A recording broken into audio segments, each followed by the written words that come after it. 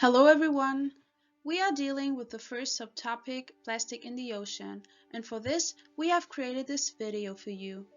It is an important issue that affects all of us in the world, and therefore we want to make an important contribution to this. Especially coastal countries like Italy experience the problem very closely, but we in Germany and Poland, as well as other countries, can also make a change. Listen for yourself. This world map shows all continents and oceans of our world. If you look closer, you can see the 5 garbage patches of our planet. They are formed by rotating ocean currents called gyres.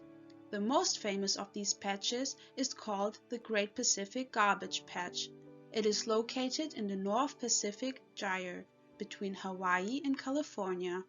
But be careful, the patches are not islands of garbage.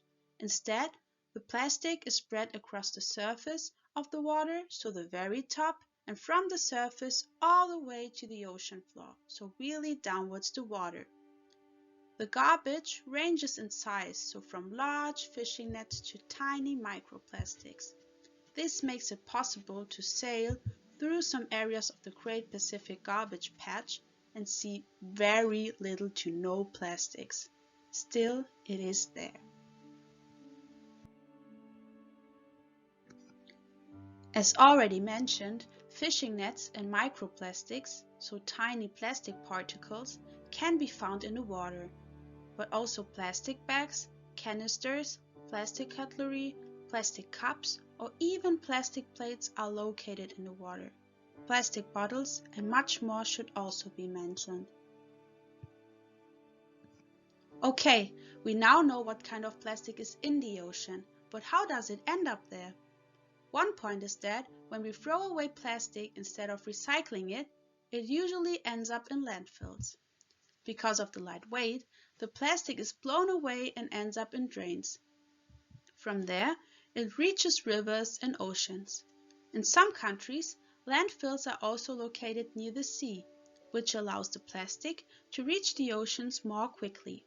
Littering, in other words, means throwing something away. In this case, for example, throwing trash on the streets.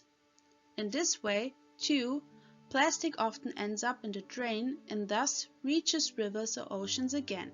So, as you can read at point 3, anything that goes down the drain can reach the ocean, also plastics.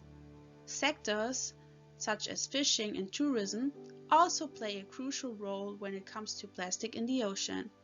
On the high seas, fishing nets are thrown into the water and not pulled out again afterwards.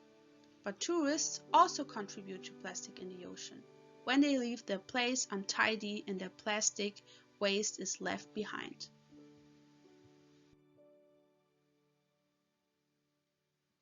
Why should we worry about it?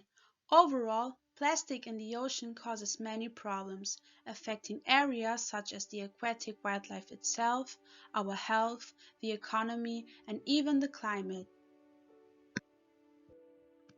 If we take a closer look at the life of animals in the water, we come across frightening images. Numerous animals suffer greatly from the plastic in the sea, because they either get caught in the plastic and thereby injure themselves, or in the worst case die, or mistake the plastic for food and suffocate in it. Moreover, the problem itself affects us when it affects our health. Through food, such as fish or drinking water, we ingest microplastics, which can cause allergies and affect our hormones. However, further research is being done on this at the moment, so it's not 100% clear how plastic affects our bodies. The economy also suffers greatly from it. Most plastic is expensive to produce, and more than 90% is simply wasted. Accordingly, switching to more sustainable options certainly makes more sense. Based on the climate, there is an interesting fact. If you recycled 1 million tons of plastic waste, that would be as much as taking 1 million cars off the road in terms of carbon dioxide emissions. Insane, right? But what can we do to save our planet? To make a big change, it starts small, with you. Through your behavior, you can already make a big difference and influence your environment. The community around you can also become active through your commitment, bringing more and more people on board. At some point, hopefully, a large mass can be reached. But how can you get started? What can you do to save the planet? Here are some suggestions. In general, avoid the use of plastic. Instead, use reusable cups, plates, cutlery, and more. Especially, avoid plastic bottles. There are great alternatives such as glass bottles or reusable bottles. Another suggestion would be to make others aware of plastic and the plastic problem that we face right now, and make them aware about the negative aspects. After all, plastic takes a long time to decompose by itself. In any case, plastic should not go down the drain, which means not flushing plastic down the toilet or throwing it directly into the river or the sea. When you are at the beach, clean up your space, and if you find extra garbage, take it with you and throw it away. If there are parties coming up, don't use balloons, use sustainable alternatives. Last but not least, recycle products and above all, recycle correctly. Let's go, let's save our planet!